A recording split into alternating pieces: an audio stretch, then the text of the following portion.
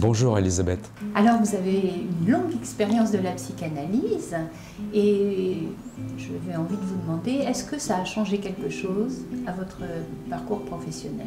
Oui, parce que j'ai exercé différentes professions. Lorsque j'avais 18-20 ans, je suis devenu éducateur spécialisé. J'ai travaillé pendant 15 ans avec des jeunes sourds. Donc c'est à ce moment-là que j'ai démarré mon analyse, ma première analyse, parce que je rencontrais des difficultés dans ma vie personnelle. Et puis également, je percevais que lorsque j'étais confronté à un événement important, par exemple un examen, notamment celui d'EduxP, j'ai échoué à l'examen, à l'écrit. Et donc il a fallu que je repasse une deuxième fois. Et j'ai repéré dans mon analyse qu'il fallait souvent, voire toujours dans les moments importants, que je revienne une deuxième fois.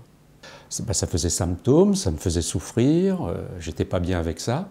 Et donc j'ai voulu comprendre quelque chose, aller voir et tirer au clair un peu ce qui se jouait pour moi. Et donc là, dans l'analyse, j'ai vu et j'ai compris, par le biais de répétitions, et par la suite aussi par le biais d'actes manqués, que ce qui se jouait, c'était sûrement en lien avec une relation infantile et d'adolescence très forte avec un frère qui était juste, qui me précédait et qui est décédé, lui, brutalement, donc à l'âge de 18 ans. Moi, j'en avais 15. Et donc ça a été une épreuve, quelque chose de douloureux pour moi, pour mes parents. J'étais également assez sportif. J'avais un assez bon niveau au niveau du football, mais j'étais remplaçant. Donc là aussi se jouait le 2. J'étais bon, mais pas le premier. Donc ça insistait. Donc l'analyse, de parler de cela déjà, de ne pas garder cela pour soi, ça a levé cette identification, à la fois au frère, donc à un imaginaire. Ça m'a permis aussi de lâcher un peu cette position du 2, d'être le deuxième.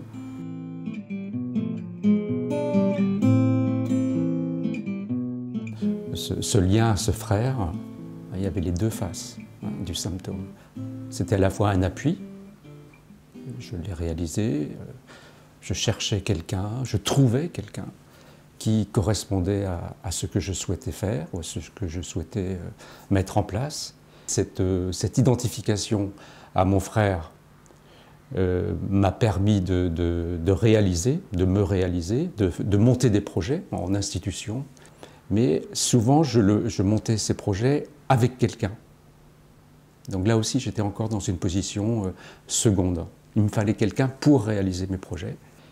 Et puis, de l'autre face, c'était un empêchement, parce que je n'y étais pas complètement, ça ne me satisfaisait pas, ou alors où je me faisais à moi-même un croche-pied. Ça avait été une interprétation ou une lecture du deuxième analyste. Voilà, j'étais un enfant curieux. J'étais pas très intéressé par le scolaire, je m'ennuyais un peu à l'école. C'est arrivé plus tard, via l'analyse, où à la fois j'avais un désir de savoir par rapport à mon parcours, par rapport à mon histoire. Et du coup, par ricochet, ça m'a donné le souhait et le désir d'apprendre. Via la formation d'EduxP, j'avais fait d'ailleurs un premier stage dans les années 1980, donc c'est long, c'est loin derrière. Et j'avais fait un stage d'éducateur dans un hôpital de jour. Dans l'hôpital de jour où je suis revenu travailler après en tant que psychologue clinicien. C'est la rencontre puisque donc, avec les jeunes sourds, il y avait également quelques enfants, des sourds, avec des difficultés psychiques de l'ordre de la psychose. Et donc là j'étais jeune et je ne comprenais pas ce qu'il pouvait se jouer pour ces enfants-là. Et le fait d'être avec eux, de les accompagner au quotidien, c'est ça qui m'a donné envie d'aller après chercher d'un point de vue théorique et de reprendre des études en psychopatho. Et après, ça a été l'enseignement de Malval m'a donné une perspective pour travailler les textes de Freud et les textes de Lacan. Ça me donnait une autre lecture également, une autre lecture par rapport à mon parcours analytique.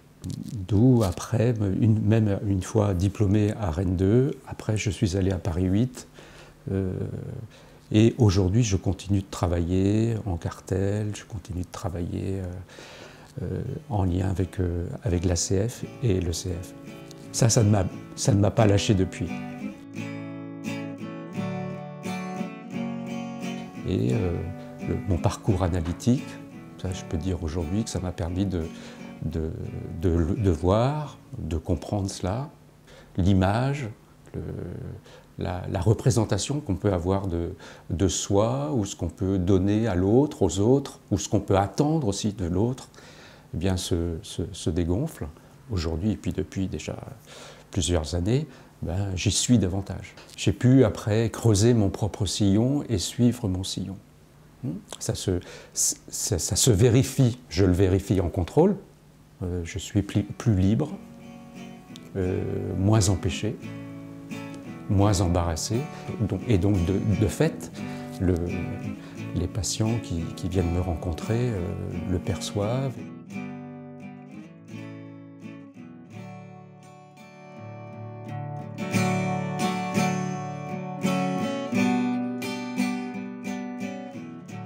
À la fin de mon parcours de psychologue en institution, je travaillais dans un hôpital de jour avec des enfants psychotiques et autistes, donc dans un milieu professionnel conséquent, assez lourd, tant du côté des enfants que du côté de l'équipe soignante.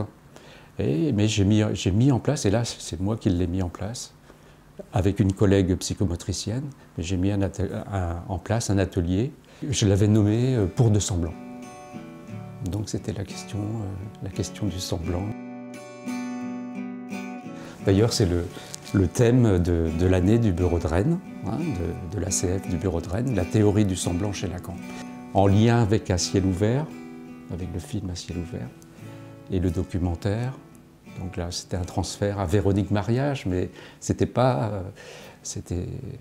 du même registre que celui dans lequel j'étais pris auparavant. Et là, je l'ai monté, je l'ai réalisé, je l'ai fait saisir aussi du côté des médecins, du côté de la direction. Je l'ai mené pendant 7 ans. Donc ça a été là aussi une longue expérience et qui a eu des effets à la fois dans mon travail, dans le transfert que les enfants pouvaient avoir à mon égard, et aussi dans le lien à l'équipe. C'était quelque chose, du coup, un dispositif plus souple. J'avais lâché un peu de mon côté, du côté du psychologue clinicien qui recevait un enfant au 1 par 1.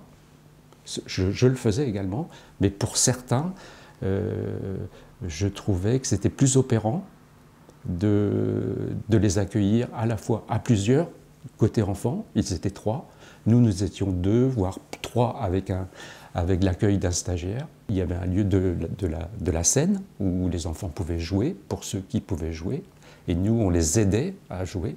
Et ça c'était un véritable pari, parce que faire jouer à un enfant autiste ou à un enfant psychotique, c'était vraiment pas évident au départ, d'où d'ailleurs la réticence du médecin. Et puis après, ça a pu se faire, et les enfants montraient et démontraient que ce lieu était très pertinent pour eux. Bon, Lacan parle de la joie, hein, que l'on peut trouver dans notre travail. Là, il y avait de la joie de notre côté, du côté des adultes, et puis il y avait aussi une certaine joie du côté des enfants, puisqu'ils attendaient d'ailleurs l'heure du début de l'atelier. Dans cet atelier, pendant 3 ans, on a reçu Avec ma collègue, on a reçu donc un enfant. Nous avons eu l'occasion d'en parler dernièrement donc, lors d'une journée de formation à Saint-Brieuc qui était organisée par le groupe Robinson et la CF VLB. Et c'était un enfant donc, de structure psychotique, très envahi, et qui était sujet à beaucoup de violence. Violence à l'égard de lui-même, violence à l'égard de ses pairs et des autres. Et dans l'atelier, donc, il mettait sans cesse, pendant 3 ans, chaque lundi, il mettait sans cesse en présence cette violence qu'il pouvait notamment avoir à l'égard d'un baigneur, enfin d'un bébé. Et lui, son signifiant, son mot, qui sans cesse venait, c'était « plante-le ». Plante-le, avec le geste de planter ce bébé.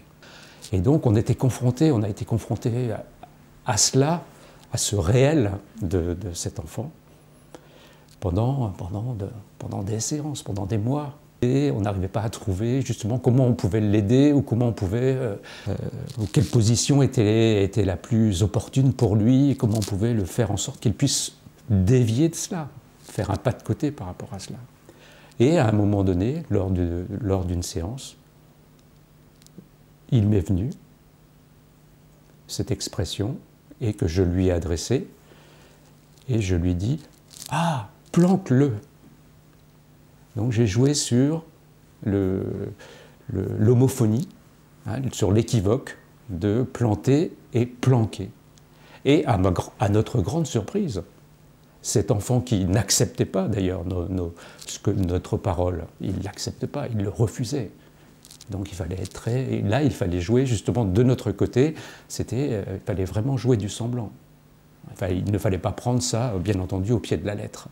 Et ce jeu, ce semblant de plante-le à planque-le, a permis à cet enfant déjà un regard.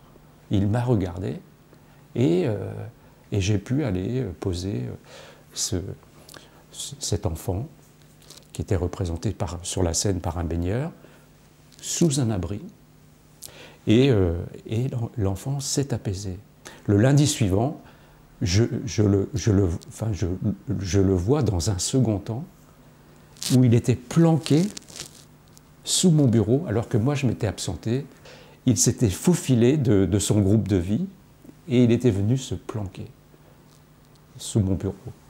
Et donc j'avais pu chuchoter avec lui, j'avais pu faire semblant avec lui et on avait pu se parler là en chuchotant. Et là, il me montrait comment ce signifiant que je lui avais proposé avait opéré pour lui. Et donc dans l'après-coup, je me suis dit, mais comment ça m'est venu? Je pense que c'était en lien également avec mon histoire, avec ma petite histoire, où sans doute, enfant, justement, je me suis planqué, je m'étais un peu caché justement par rapport à mon propre désir, par rapport à ce que j'étais réellement, ou justement dans ce deux, en lien avec mon frère, et donc de fait, c'est peut-être pour ça que ça a surgi ce jour-là avec cet enfant.